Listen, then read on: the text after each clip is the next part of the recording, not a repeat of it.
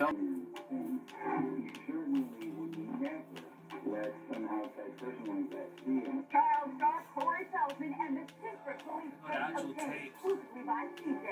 Hello everyone, I'm Holly Herbert. The 80s star and the cops who see this strongly believe he was the victim of Michael Jackson. James Les Mitchell has the never-before-heard case that could rock Jackson's safety trial. Nothing ever happened to Michael. You are listening to an interview between actor Corey Feldman and Santa Barbara Sheriff, obtained exclusively by Celebrity Justice, recorded in December 1993. In it, Corey states not once, but numerous times, his friend Michael Jackson, who he hung out with, didn't do anything improper with him. If there was something that I've been hiding for all these years, then I would want nothing more than to bring it out right now to make sure that Michael got the help that he needed. So last weekend together, Feldman gets paid as a child star in the 80s with The Goonies and Stand By Me. He was What's up, chat? National Lampoon's Last Resort at the age of 22 when he was grilled by Sergeant Deborah Linden and a detective looking to bolster their molestation case against Jackson involving another boy. On the tape, they hammer in on Corey's deep friendship with the superstar. Of an actual Hollywood pedophile ring went to the police with names, real users, people who were hurting kids right at that moment, and they told him they only wanted dirt on Michael Jackson. They weren't interested in protecting children. They were interested in one target, and that should tell you everything you need to know about what's really going on here. So, where does Michael Jackson fit into all this? Here's what Corey Feldman said about him. Michael Jackson's world, crazy as it sounds, had become my happy place. He was adamantly against drugs and alcohol. I couldn't even swear around him. Being with Michael brought me back to my innocence. When I was with him, it was like being 10 years old again. Got Michael Jackson as a close friend, and I play Michael Jackson my song What's Up With The Youth. And he says, Corey, that's a #1 song. That song literally can go to #1. And if you let me, I will walk it into Tommy Mottola at CBS Records right now, and I will make that song #1. And I was like, thank you, Michael. I really appreciate that. But no, I'm good. Why? Why no? Well, because one, I was a real friend to him, and I didn't want him to think that I was just another leech sucking off of his teat to try to get something. You know, that wasn't my intention. My intention was to play him a song and see if he liked it and what he thought. And to hear Michael Jackson tell you that the song's a hit and could be #1, what else do you Or need? did he want to sing it? No, he wanted to help me go to that place. Do you regret that you didn't let him do that? Sure, there's parts of me that go, damn it, could have been so much easier. Read that again. Corey Feldman, who was being abused by multiple men in Hollywood, said Michael Jackson's world was his safe place. No drugs, no alcohol, no profanity, no abuse. Jackson understood what it was like to grow up in the spotlight, to have your childhood stolen, to be surrounded by predators, because Jackson went through it too. His father was abusive. The industry chewed him up from age 5. He knew what these kids were going through, so he created Neverland Ranch, a place where child stars could just be kids again. No industry pressures, no adults with bad intentions. And Macaulay Culkin said the same thing. He slept at Neverland dozens of times. I never saw anything. He never did anything. We have to cover it, so let's ask about it. What's the relationship that you had with Michael Jackson? Had or have. I mean, it's kind of, whatever. Let's go with had. Listen, he's a good friend of mine, and he still is. I mean, everyone's going on. I mean, it's unfortunate. It's an unfortunate situation for everyone involved, and I first get to meet him. I first met him. He kind of called me randomly, like out of the blue. He just kind of like, hi.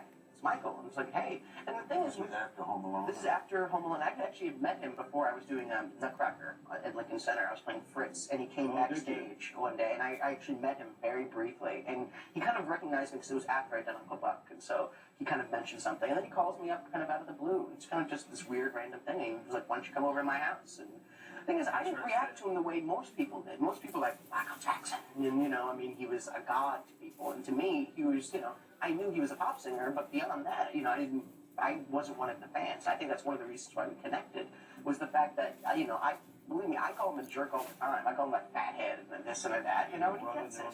Yeah, no, we all did. I mean, he was, a family friend. And what happened at the house? That's what all these things It's, that's what's so weird, Nothing happened, I mean, nothing, really. I mean, we played video games, we played at some amusement park.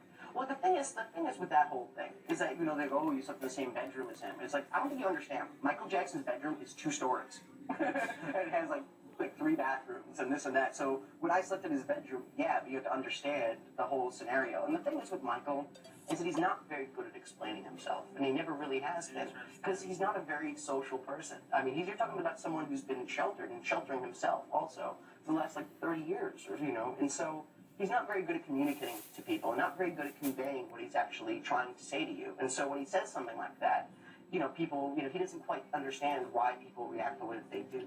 Wade Robson, who later The crazy part about that as well is, like, I even know when I was growing up, because bear in mind, like, I'm a 2000s kid, yeah, but by the time I started listening to music, Michael Jackson wasn't even here with us. Rest in peace. But to say, like, a lot of what I was hearing about Michael Jackson was things that are being rehashed later on about his past.